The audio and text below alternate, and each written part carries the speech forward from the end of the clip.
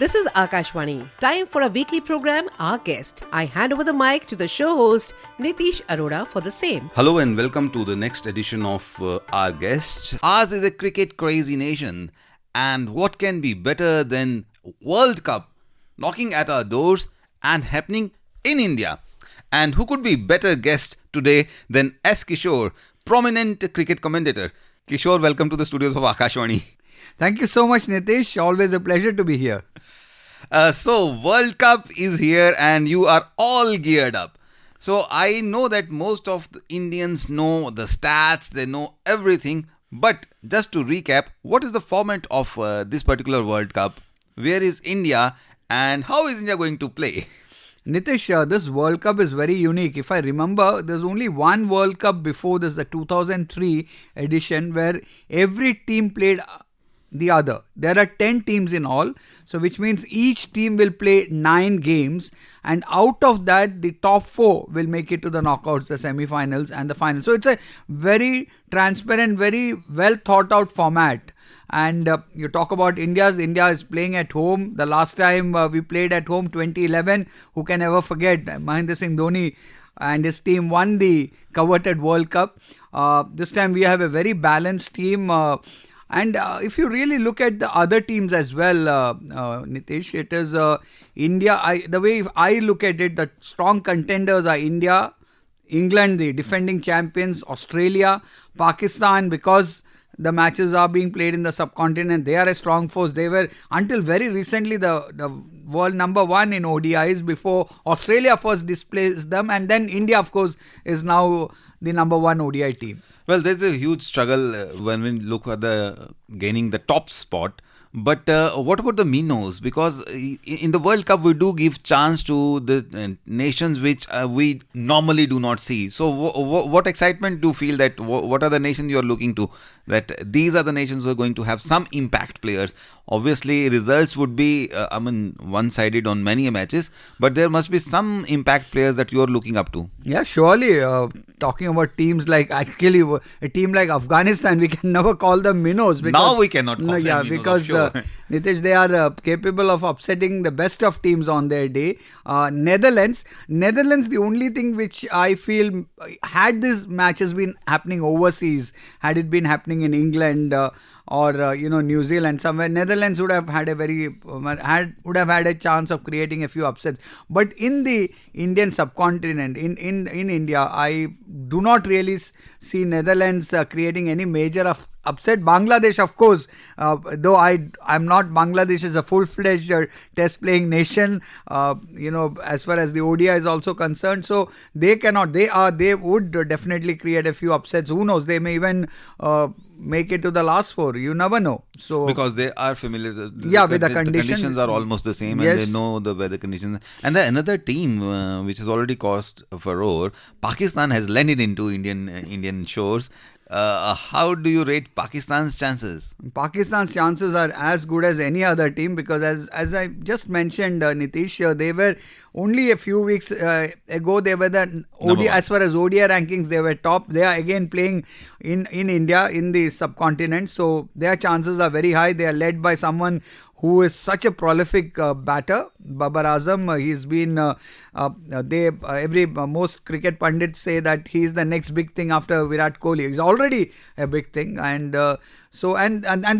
Pakistan's bowling attack, Nitish, has always been very potent. They've lost the services of one of their frontline bowlers, but still the likes of Afridi, they are really top class. Shaheen Afridi, left arm, then well complemented by the top quality bowlers and a good spin attack as well. So, and when it comes to events like World Cup, New Zealand is something which they start with dark horses tag, and suddenly we find them in finals. Yeah, what happened in the last edition of the World Cup? They were the finalists with England, and very unfortunate, I would say, Nitish, to lose out on a technical the number of boundaries. That is how that final was decided, which was a little unfortunate. England, of course, had reached the finals many occasions. The first time they won was in 2019, and this time they have a very good team. So you brought that angle of technical results these days because India weather is quite unpredictable during this time also, and this is festival season plus unpredictability of the weather. What are the technical aspects that one should be like keeping your eyes on, because when it comes to that point wherein you have to decide, are there certain tricky things in this World Cup also? Nitish, that's a good question that you asked, because the monsoon is just going away. In many parts, it's still raining.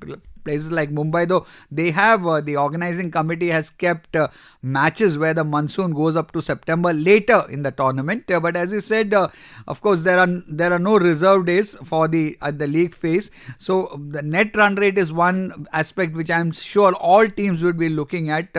No team would like to lose by a huge margin, which could affect them if it comes to a situation where they have the same number of points. Then the net run rate would come into play. That is one aspect I'm sure the teams will be looking at. Nowadays we are keeping the eyes on 4s and 6s also, and counting them. Yeah. But I don't think, Nitish, that rule would be coming into play this time, because the ICC, there was a lot of criticism last time around, and then they have also taken that into consideration. So it may not come to that. So in our guest we have S. Kishore, prominent cricket commentator, and we're talking about Cricket World Cup. And I thought, why shouldn't we be talking about cricket in Asian Games? So India has already won, the Eves have already won the gold. What about the men? The men also have a very good chance. They are being led by the very promising Ruturaj Gaikwad, and it's a very good team that India have sent. First time, in fact, India have representation in the Asian Games. If you remember, a couple of earlier editions of the Asian Games, cricket was there, but India had neither sent a men's team or a women's team. This time we have sent both the teams. The women's, as you very rightly said, played superbly. Though the only slight, something which is maybe a cause of concern is the pitches. See, China is not a country. Of course, China does play cricket. It's part of the ICC setup now. Associate membership. The kind of popularity that the cricket has got, I think China will have to play cricket. Yeah, and the pitches over there, we saw in the women's matches all very low scoring matches. So that could maybe be a dampener as far as the quality of cricket dished out. But otherwise, India have a very good team. But like both Pakistan, Sri Lanka, their top teams are playing in the World Cup. So it is a second string team. But India, the sort of situation which is there in our country, Nitish, we can field 3 teams at a time. So much of talent. Absolutely, so much of talent. Our bench strength is something which is like be the envy of many nations. But that at times that could be problem of plenty also. Yes, you're right. So what about venues when we're talking about World Cup in India? So what are the venues we are looking at, and there are some new venues also. Tell us something about that. Yeah, venues, the top venues, the traditional venues like you call it, Kolkata, Mumbai, you've got Bangalore and Chennai. They're all hosting for 5 games in fact, and then you have places like Lucknow and Hyderabad. Hyderabad is hosting 3 games, even though Hyderabad is also now in many ways a traditional center. Lucknow is one place where earlier you had venues like Mohali, which is in there. Also, Indore is not there. Rajkot is not there. I must say, those staging associations are disappointed. But then you cannot have it in all the venue, on all Dharamshala is there. Dharamshala stadium in the world. It's the most, you're right, Nitish, the most picturesque stadium in the world. And we have that Ahmedabad India-Pakistan clash. Yes, Ahmedabad, of course, the Narendra Modi Stadium, which is the largest stadium if you go by seating capacity in the world. So, India-Pakistan match, that's a sellout, Nitish, and astronomical sums being quoted for tickets. If I have to believe the news, people say that they are booking rooms in hospitals because hotels are all full. All booked, and all those who booked also had to pay had to pay through there would have been a hole in their pockets. So I think this World Cup is going to be quite exciting, and Akashvani is doing all the matches not only India matches, but we are doing all the matches live from the venues. So we are the listeners are in for Cricket Bonanza on Akashvani. And I think you are also on the panel. Yes, what are the matches? I have the good fortune of doing the inaugural match between the last finalists, England and New Zealand, at where else? Narendra Modi Stadium at Ahmedabad. And you skipped that stadium in the conversation. I brought it in. Yes. Time to wrap up today's show. If I ask you the two finalists, or let's say the semi-finalists, four, your pick. Very difficult, Nitish. I've now been very good at predicting. But if you ask me, it would be India, Australia, Pakistan, and England. India, Australia, Pakistan, and England. No New Zealand. Could be. Could they, as they say, they're the dark horses. Afghanistan. No Bangladesh. No Bangladesh. No South Africa, for that matter. So, South Africa, the chokers. I think they have to shed that. They have to shed that tag. Yeah. But lots to look forward to, as you said. Akashvani, transmitting all the matches. That's wonderful news for our listeners. So we have friends from S. Kishore. We have India. We have England. We have Australia, and we have Pakistan in the final. What are you rooting for in the semi-finals? And finalists? Finalists. Heart says India. Heart says India. India and England. India and England. So no Pakistan there. No. So you must be actually looking for some very interesting matches. Some very interesting encounters. What are the matches you are looking at? That these are the matches that are going to be the matches of the World Cup. Nitish, one is India Pakistan. You already took it from me. The mother of all battles, India Pakistan. India England in the league phase would be very interesting. So also India Australia. India's first match against Australia, even though we have beaten them 2-1 in the just concluded ODI series, but Australia would be a different cup of tea at Chennai on the 8th of October. So that's one match which I'm really eagerly looking forward to. And what other match you are commentating on? I'm doing a few other games as well, though no India games. There's a game between Pakistan and Australia at Chennai, which I would be doing. Also going to be that would be a wonderful game. I'm also doing an England-Netherlands game. Netherlands, you can never count them out, though. My strong feeling is in conditions that prevail in India, Netherlands may find it difficult. But I feel that Australia is also going to do very well this time around. Yes, Australia should do well, though they're actually struggling with injuries, Nitish. That's the one thing, because last few series that they have played, they have not had a settled team, and that is the reason they lost those first two games of the ODI series, to India.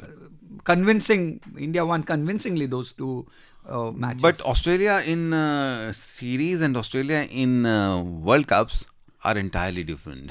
Couldn't agree with you more, Nitish, because come the World Cup, Australia, their strongest point is their fighting quality.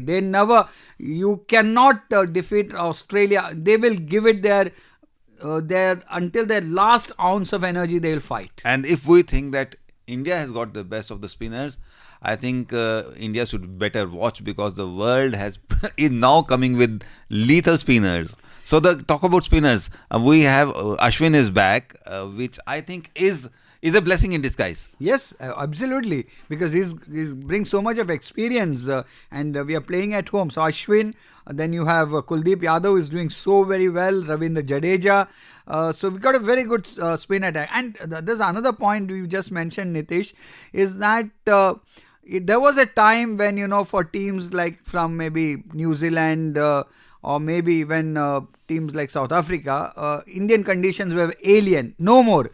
What the IPL has done is that all teams, all top players play in India for 2 months of that period of the IPL, and conditions are very familiar. So this is this is home turf for everybody. It's a level playing field, I would say. So that's Nitish. Cricket Mahakumbh, the festival season, and the cricket season is going to be on. Akashvani is doing all the matches, not only India matches, but we are doing all the matches live from the venues. Kishore, I'm so very thankful that you came to our studios for our guest today. Thank you so very much. The pleasure is entirely mine, Nitish. Thanks for having me.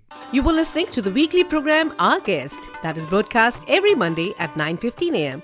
Don't forget to tune in next week, same day, same time and same frequency for more on Our Guest. Have a nice day.